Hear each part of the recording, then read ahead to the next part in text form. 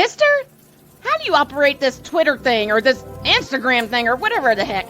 You're supposed to know all this stuff. Anyway, welcome back to the show. All right, let me get a little housekeeping out of the way. You want to advertise with us and the network? Drop me an email at snowmanmultimedia@gmail.com. Of course, you all know I am disabled and trying to do everything I can to help my family. So if you can help out here with a Cash App during the show or off the air, that would be appreciated as well. Now, let's do this thing. I have a surprise, and here she comes.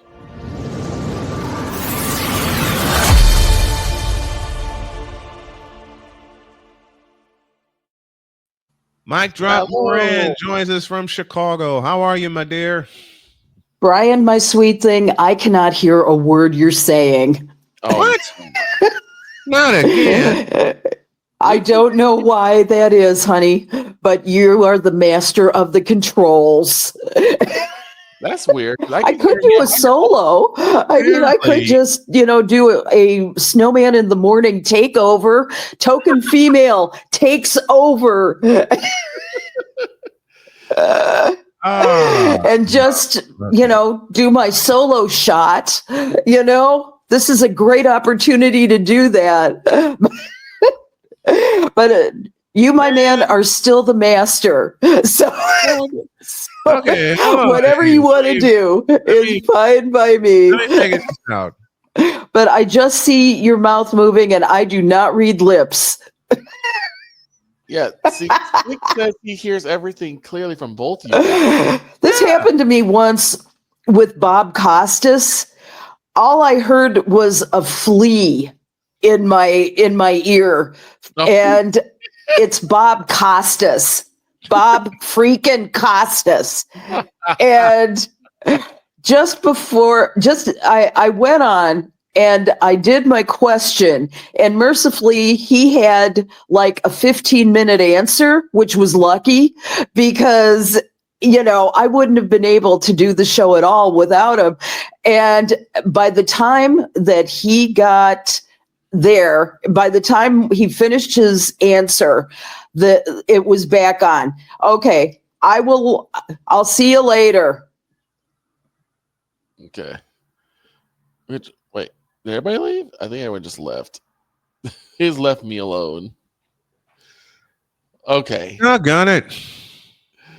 Okay, so we're gonna have Mike Drop Moran. Because I heard both of you. I heard both of you. I heard Allie just fine. Right. Okay. I heard both of you. Yeah, give me this. Let's try this again.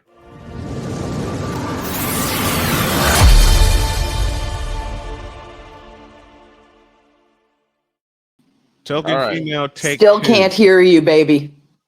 Still can't hear. Damn it. Miss Moran, can you check to see on the other end?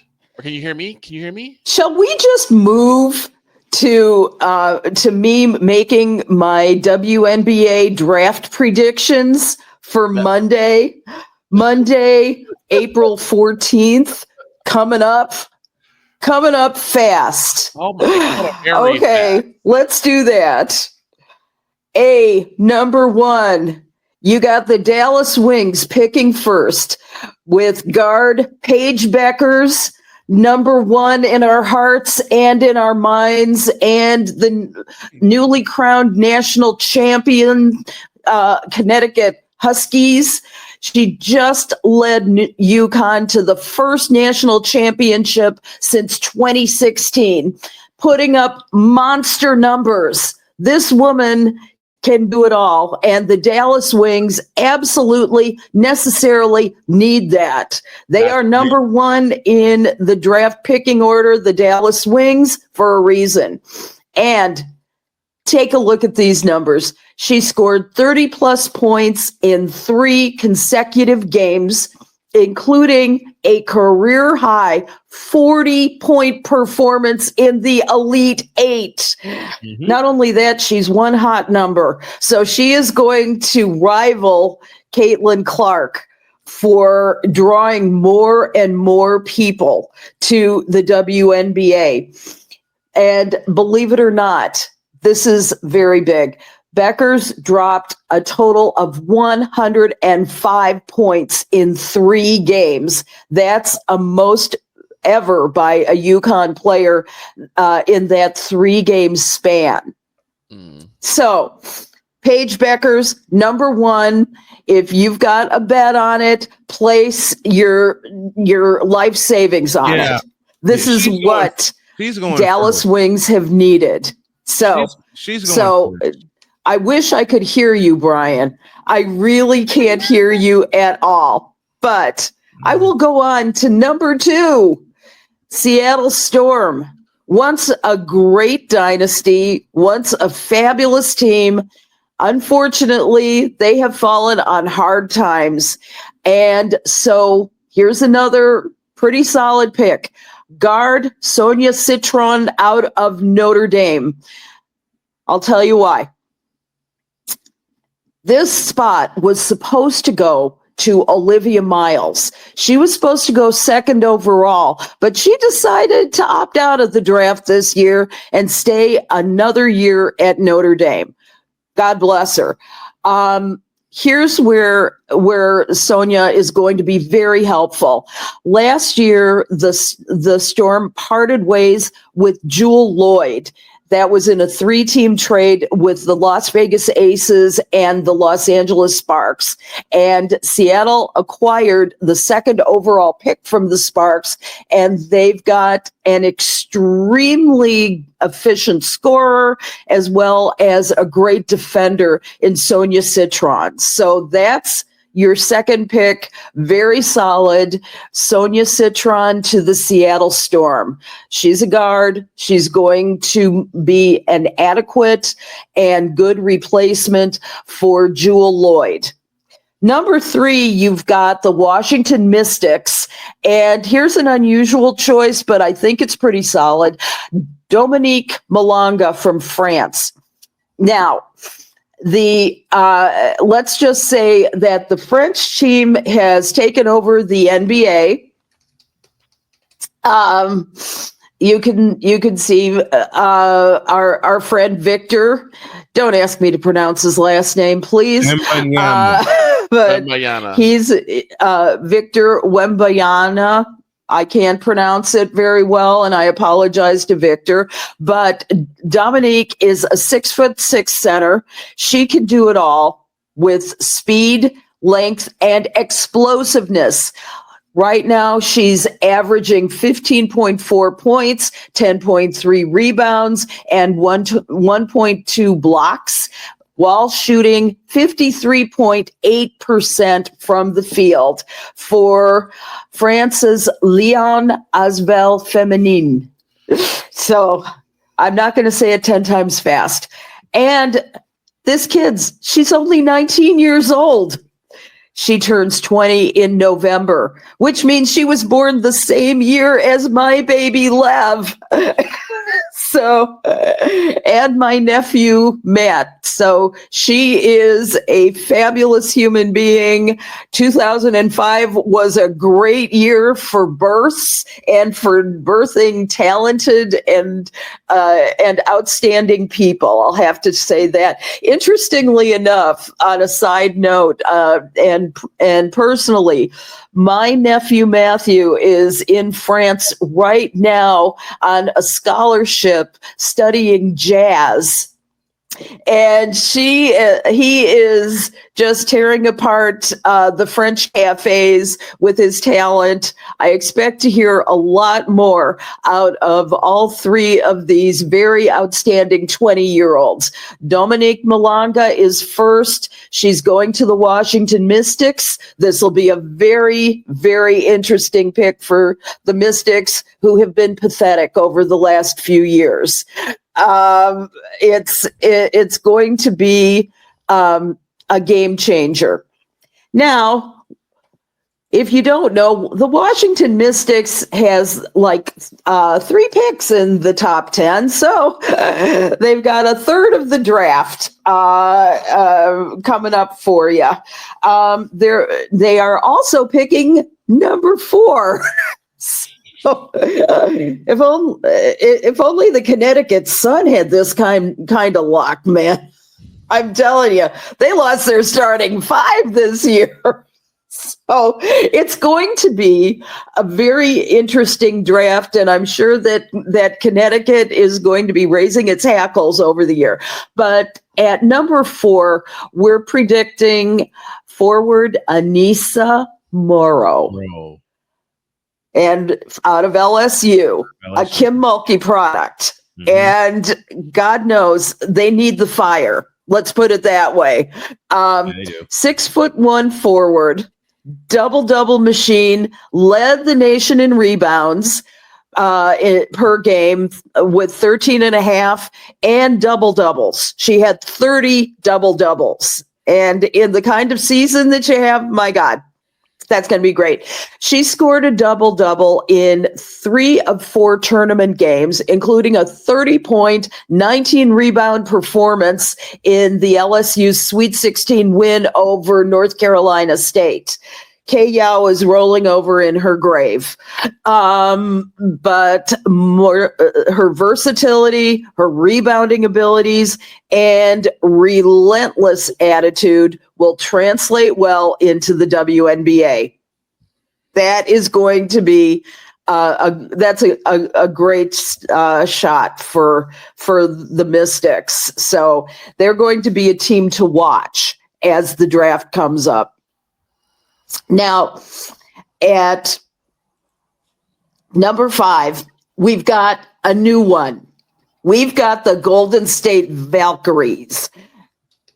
And yes, the latest and most influential of teams, because they are doing everything right to build this franchise. So with the number 5 pick, we're predicting forward Kiki Irafin out of USC.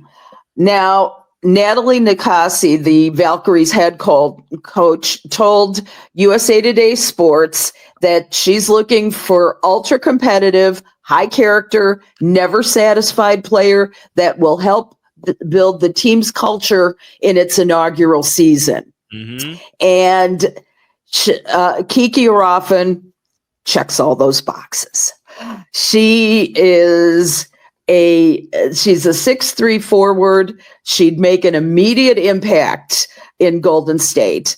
And actually, as you'll recall, she was not that far away when she started her career at Stanford, and then she transferred to down south at USC.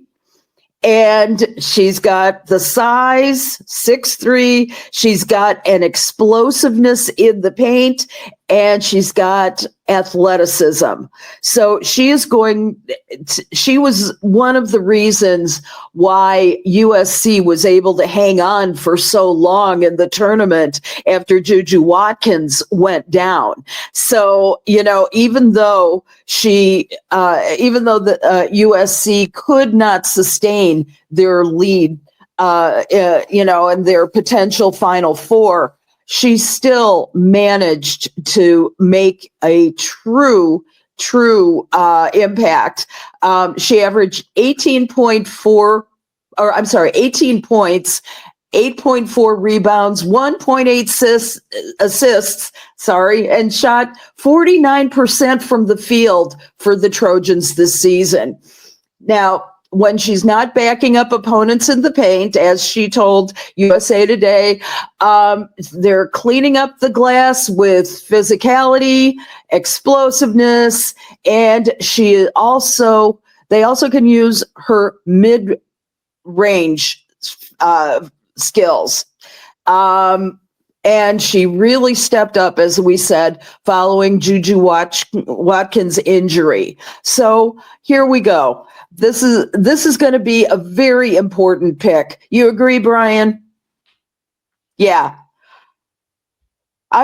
What I'm afraid of, honestly, is that Golden State Valkyries is going to have such a powerful team that this year they're going to be shooting up the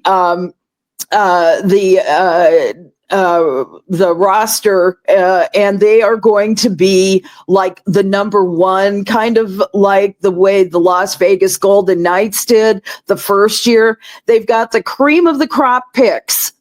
Okay, they've got everybody going. You had to give up a player. All of the rest of the WNBA had to give up a player for them, and so I'm guessing that this team is going to be at the top of the charts. They're going to be at the top of the standings for most of the year. That's my guess. You look skeptical. I'm glad you have such great expressions, so we can still communicate even though you have no sound. Shall we go on to the number 6 pick? Let's do it. Okay. All righty. We got the Washington Mystics yet again. Guard Cheyenne Sellers out of Maryland. That's the pick. God, they like drew lucky cards and they made the right moves at the right time. I'm jealous. I wish the Chicago Sky would actually do something like that. That would be really swell, wouldn't it? Okay. This time they're going to select a guard. She's averaging 14.4 points per game, 3.8 rebounds, and 4.1 assists, while shooting 46.2% from the field and a career high 40.8% from beyond the arc this season for the Terrapins. So under Brenda Frazee, that is a remarkable record. So she's also the first player in Maryland history to reach 1,500 points, 500 rebounds, and 500 assists in the long history of the Terrapins. So my guess is that she is going to be an immediate impact player. And I am looking forward to watching the Washington Mystics battle with the Golden State Valkyries for the top of the standings. We'll see. Again, that's exactly how I think it's going to play out this year, because you don't know how these picks are ever going to work out. The speed is fast, but you find that those who were extremely aggressive on the court in college will also do well in the WNBA. And I remember talking to a few people in the, like on Chicago Sky Media Day, when I'd come out and watch their practices, and the ones that came off the court and were not sweating or huffing and puffing. I'm like, I don't know if these people are going to make it in the WNBA. And 95% of the time I was right. They did not. They would take a lesser role. They would, and I don't want to mention any names here because I don't think it's fair, because they did find roles elsewhere, but not necessarily in the WNBA. Many of them went into coaching and things like that. So for my money, though, I'm saying that the more aggressive you can be, the better off you are in the WNBA. You need to be fearless as well. You can't be nervous. So Cheyenne Sellers, number 6 to the Washington Mystics. All right, at number 7, you have the Connecticut Sun. And here's an unusual choice. Aja Sivka from Slovenia, which is interesting. The home country of Melania Trump. So how about that? let's say that the Sun has, to put it mildly, needed to rebuild their entire team from the top down. They lost head coach Stephanie White, Alyssa Thomas, Dewana Bonner, Dejanay Carrington, Tiasha Harris, and Brianna Jones. Their entire starting lineup. How about that? Okay. We don't know what head coach Rashid Mezian is going to take. However, this Slovenian forward, Aisha Sivka, is a solid draft and stash option, and they could benefit the Sun in the long run. And she's a wing. She's averaging 7.6 points, 3.1 rebounds, 2.1 assists, and shooting 47.5%. So I'm picking this as pretty solid. And let's say that every pick that I have had is in agreement with what USA Today has predicted, because they have been the gold standard for years on end with their picks. Now, the Connecticut Sun is also picking number 8. Lucky, lucky, lucky them. Because they've needed, like I said, to rebuild their roster. So at number 8, predicting guard Georgia Amoore from Kentucky. But I'm glad you're in agreement, Brian. Okay. Lucky them. She's undersized, though. She's a little person as far as the WNBA goes. She's 5'6", and however, she is an elite facilitator. She led the SEC in assists per game with 6.9. She's also a certified bucket maker. She's averaged a career high 19.6 points, shooting a career high 42.3% from the field, and she dropped 34 points in Kentucky's tournament opener against the Liberty. And Brian, I'm sorry you're not on the board for my number 9 pick, which will be the Los Angeles Sparks. That will be guard Haley Van Lith, HVL from TCU. This person became a star during the NCAA tournament.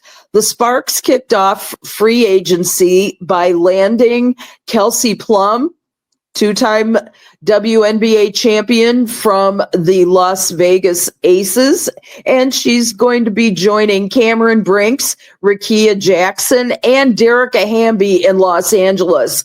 And the Sparks is going to add another guard to the mix with Haley Van Lith, who dramatically increased her draft stock in the NCAA tournament by taking the TCU Horned Frogs to the Elite Eight, someplace they had not been for many, many a season. She averaged 17.9 points, shooting a career high 45.2% from the field and 33.8% from the three. And she also brings to the LA Sparks some Olympics experience and 5 years in college. If there were a woman who was ever ready for the WNBA, it would be HVL Haley Van Lith. She is so good. You agree with that pick, Brian? You do. Good. I'm very glad that you do, because she is just a phenomenal player. And I wish that she would go to the Chicago Sky, who's picking at number 10. I don't understand why, but they're not interested in an explosive scoring machine like her. However, what they're going to do is at number 10, the Chicago Sky is likely going to take guard Tahina Pow Pow, which I love that name. I love and look forward to having her come to the Sky just so I can say the name over and over again. Pow, pow, pow. God bless her. First of all, the Sky need a scoring machine, something in the nature of Kennedy Carter. They don't have that. They truly just don't have that in that way. Now, along with Courtney Vandersloot, who can direct anybody on the field, anybody. She was called the general for a reason.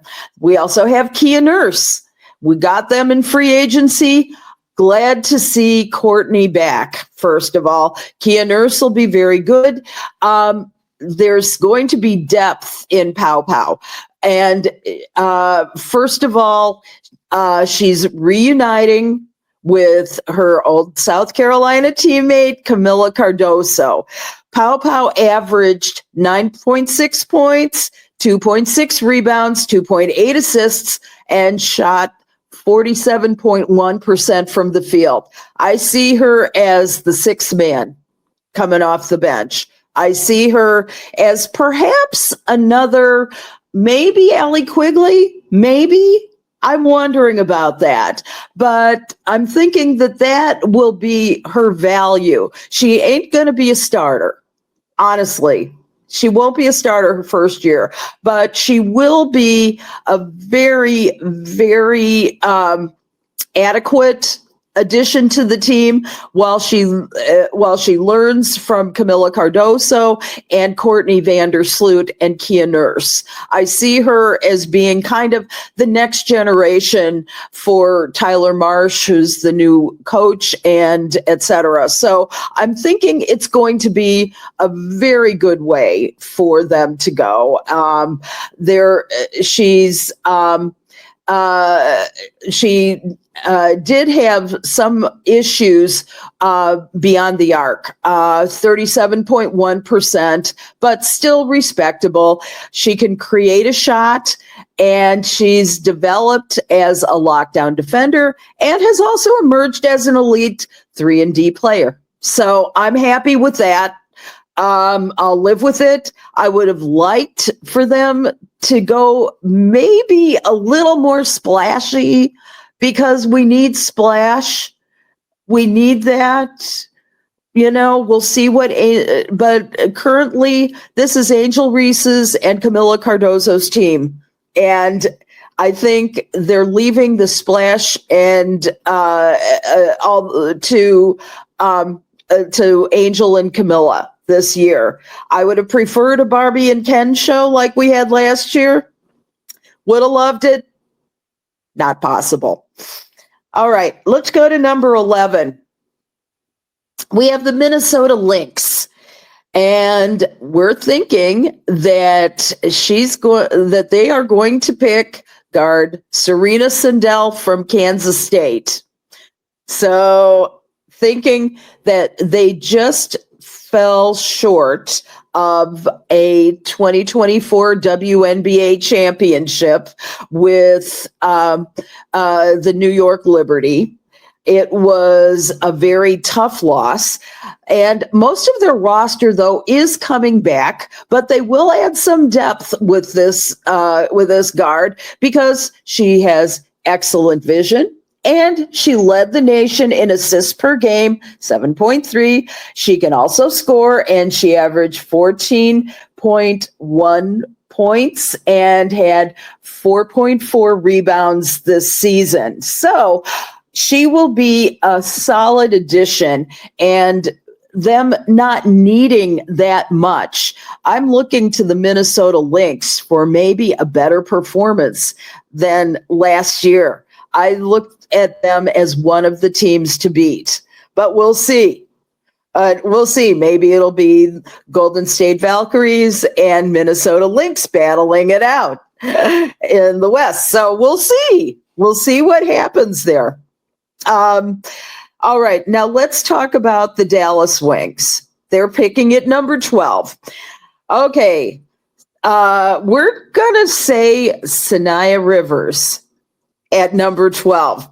Now, fun fact, I interviewed Sanaya Rivers when she was at South Carolina, when she was just but a wee freshman, not very happy at South Carolina. She transferred over to NC State, and she was a scrapper, and she just has so much tenacity on the court. I just loved her. I'm glad she transferred because she would have drowned in the depth that was South Carolina in those years. And the Wings already have so much in Paige Beckers with the first overall pick. But here's what I loved about Rivers, and that was that she can beat anyone in one-on-one play. She's fabulous, and she averaged 11 points, 6.6 rebounds, and 3.8 assists, 1.7 steals, and 1.3 blocks this season. And she's going to be a very good defender for the Wings. She ranked, and believe me, they're a team that could use it because they ranked dead last in defense last year.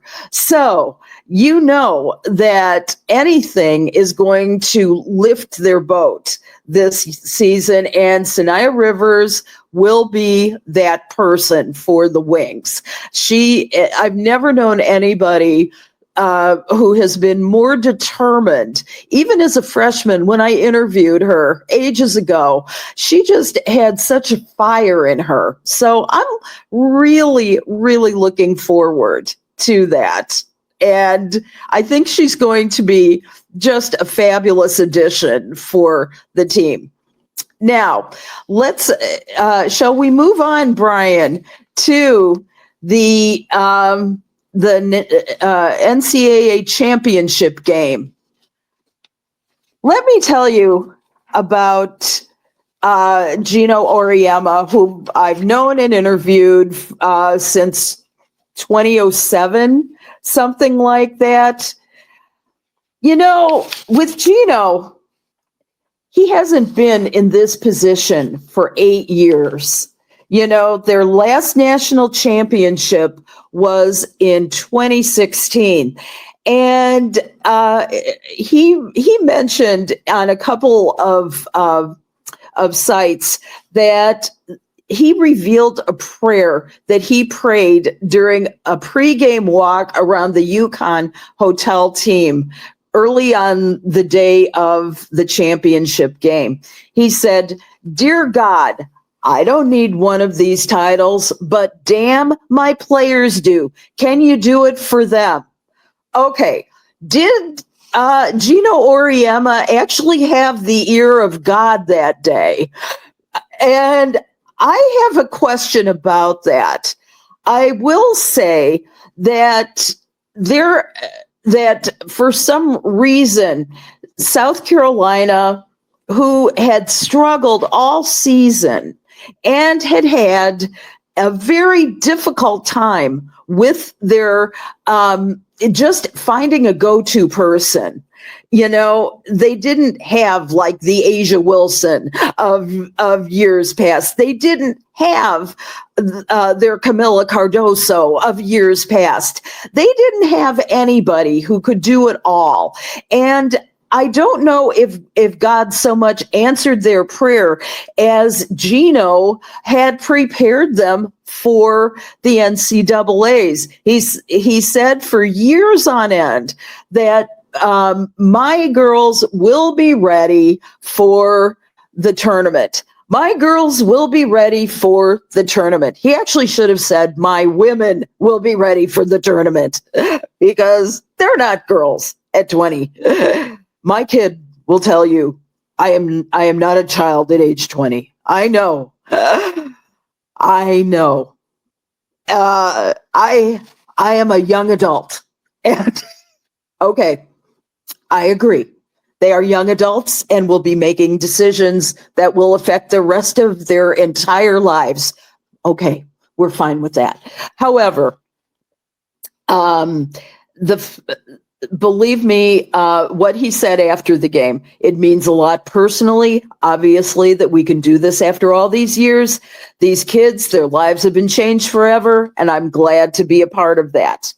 UConn, 82, South Carolina, 59. What do we owe that to? We owe that to the most outstanding player, Ozzie Fudd. We think Ozzie Fudd is an extraordinary human being. We think that those 24 points and 17 points from Paige Beckers ruled the day.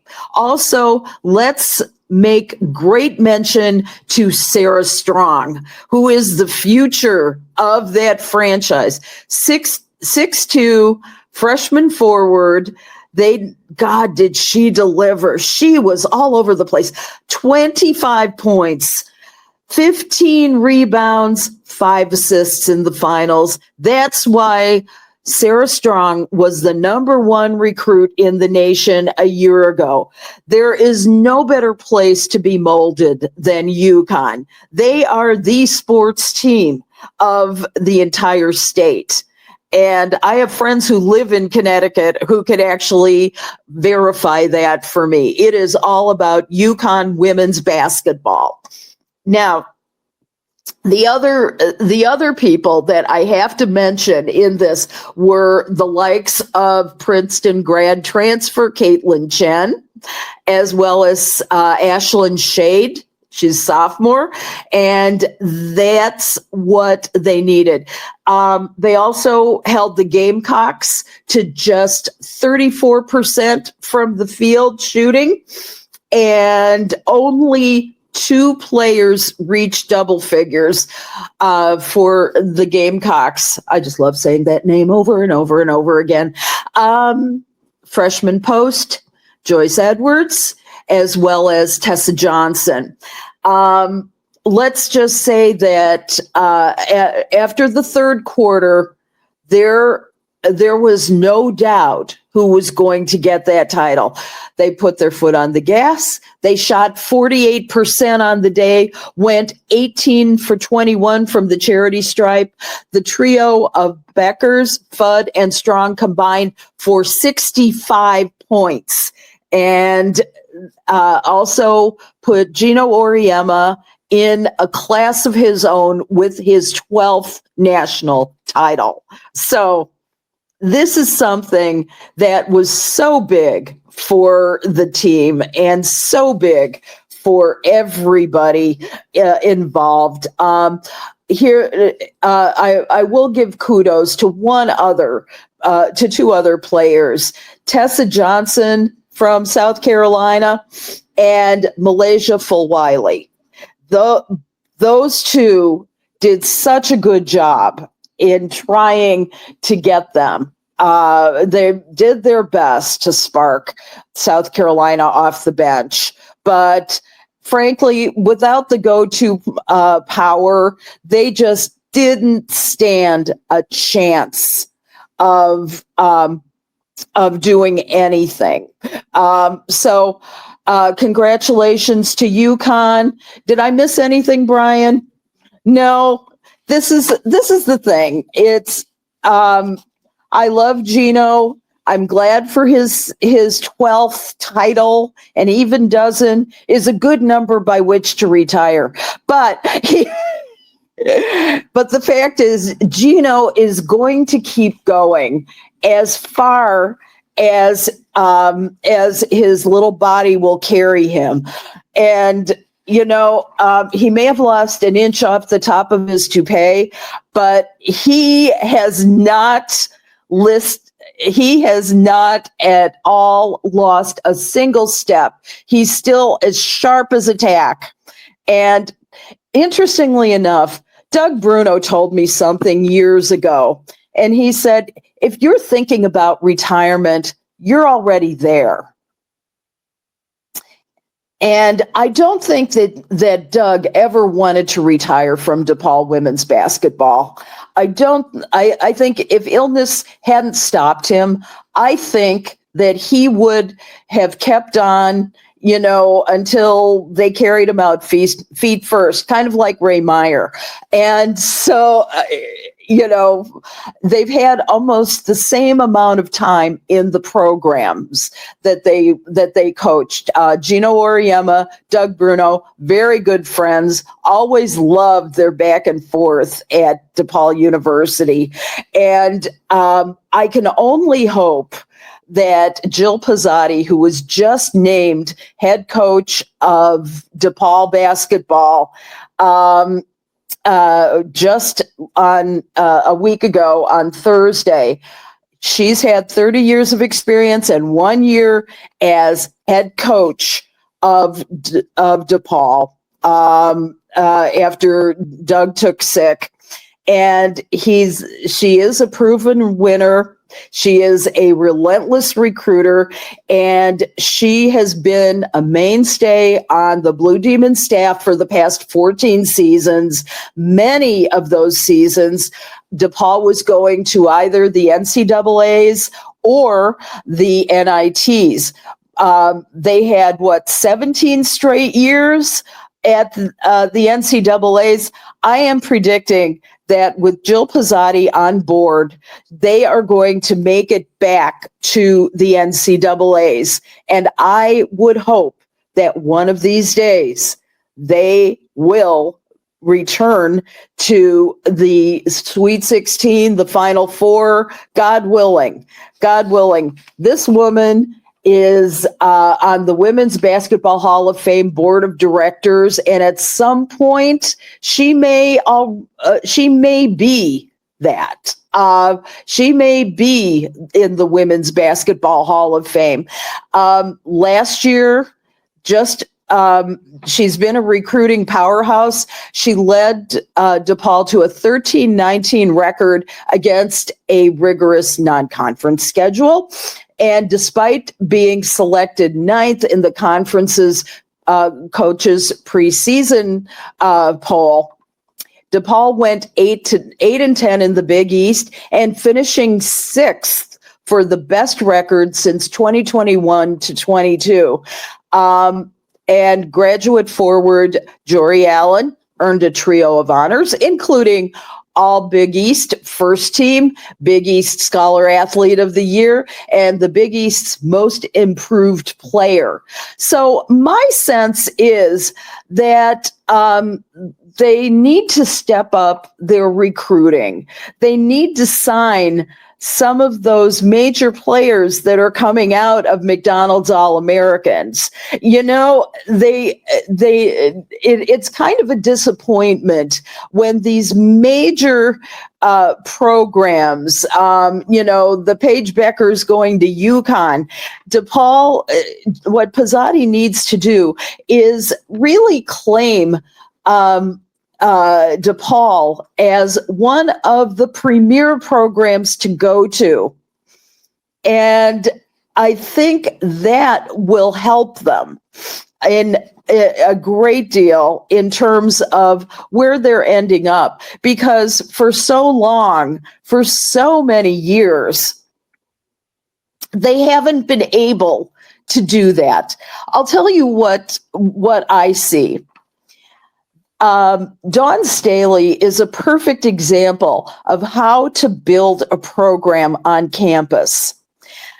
What she used to do back in the day was when she first got there was she would drive around in a golf cart around campus with a bullhorn, trying to fill a 2,500 seat stadium on University of South Carolina's campus. And she would say, come to the games,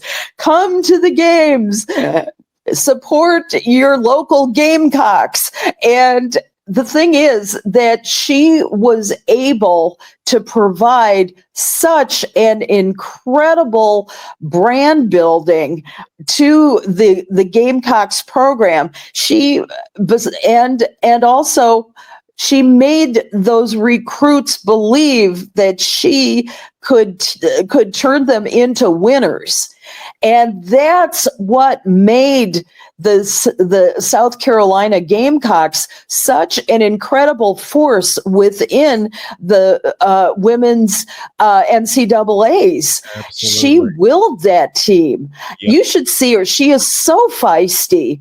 She is so passionate. And that's actually how Doug drove his teams as well. He's a much quieter and passionate leader, but Jill Pizzotti has the ability to become the kind of leader that Dawn Staley was for South Carolina, because she's fiery as well. She's been on those sidelines going like that to the players. And I could see a day where DePaul is that destination to go to, no matter what happens. And speaking of Dawn Staley has solidified her future with South Carolina. She's declaring that she will remain with the program for the rest of her coaching career. And she's in the same way that Mike Krzyzewski was a Duke Blue Devil coach for life, and he was. And it makes me only feel very old to see John Shire in that role, because John Shire I covered when he was a high school student at, what was that, Glenbrook South or Glenbrook North? I can't remember. Glenbrook North. Yeah, Glenbrook North. Yes. I remember him when he was an outstanding player there, and I just feel damn old.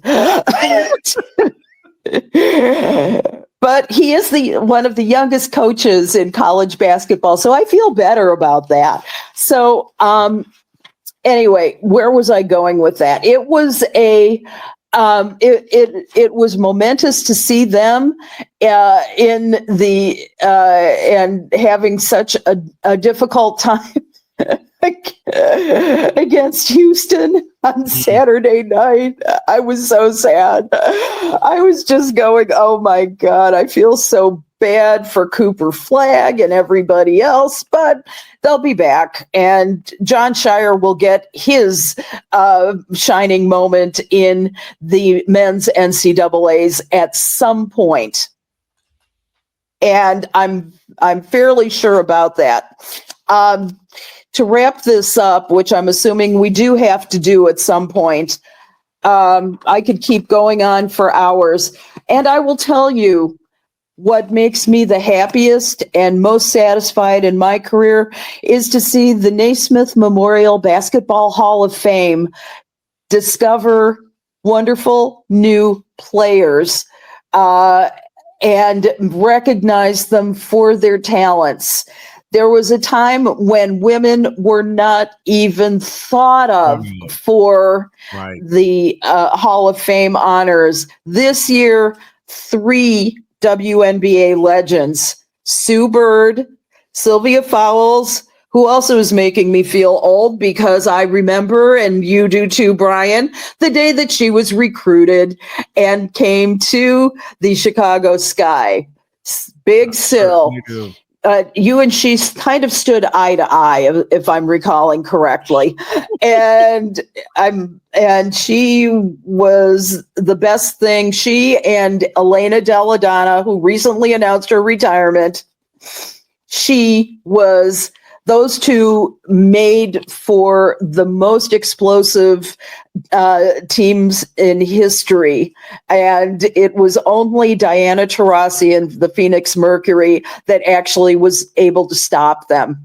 And because they had such a great team. So anyway, Sue Bird, Sylvia Fowles, and the legendary Maya Moore. We love our Maya Moore. Yes. 2 Minnesota Lynxes as well in there. If you take a look, Sue Bird, of course, and just a groundbreaker for the Seattle Storm.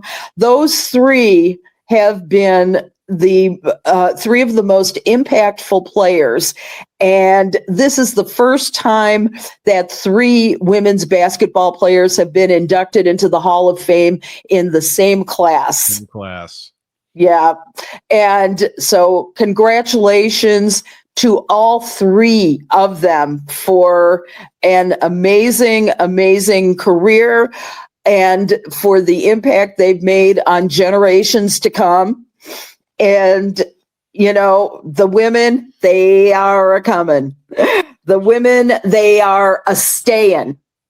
That's what I say, because we've got an incredible group that represents the future of the WNBA, as well as the Unrivaled League, and whatever else the groups will come up with next. Who knows? What I want to see is representation always and forever. And next year at the NBA All-Star Game, I want to see that man-woman matchup, the one-on-ones. I want to see it back. I don't give a crap who they pick. You can pick Steph Curry and Caitlin Clark. You could put in, I'm trying to think who else. Maybe it'll be Haley Van Lith in that spot. Who knows? But that should be a permanent part of the NBA WNBA crossover, because that's, as we can see now, women are as on an equal footing with men, at least in opportunity.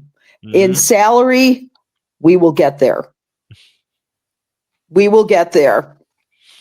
Is it time to sign off at this point? All right. Okay. This is your token female, Allison Moran, speaking. Thanking Brian for his incredible support. Thank you for an hour-long show. Are we doing this again hour-long next week? I expect that your mic will be turned back on next time. I'm praying for that. But thank God for your expressions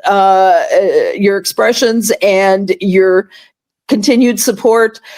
Don't forget to send me that Defender coffee, I think it's called. But don't forget.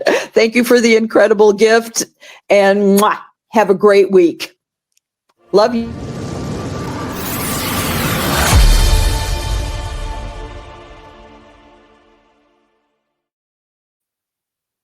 That now is going to become permanent. I'm not saying, I'm just saying. Allison Moran, the final hour of every Thursday is yours. Even though I couldn't communicate with you, we will get it all together. And we better get out of here. Have a great day. God bless. Remember to make your next move your best move. And always remember, if your dreams don't scare you, they are simply not big enough. Dream big, do bigger. We are, and we hope you all are too. Football Friday tomorrow. So long, everybody.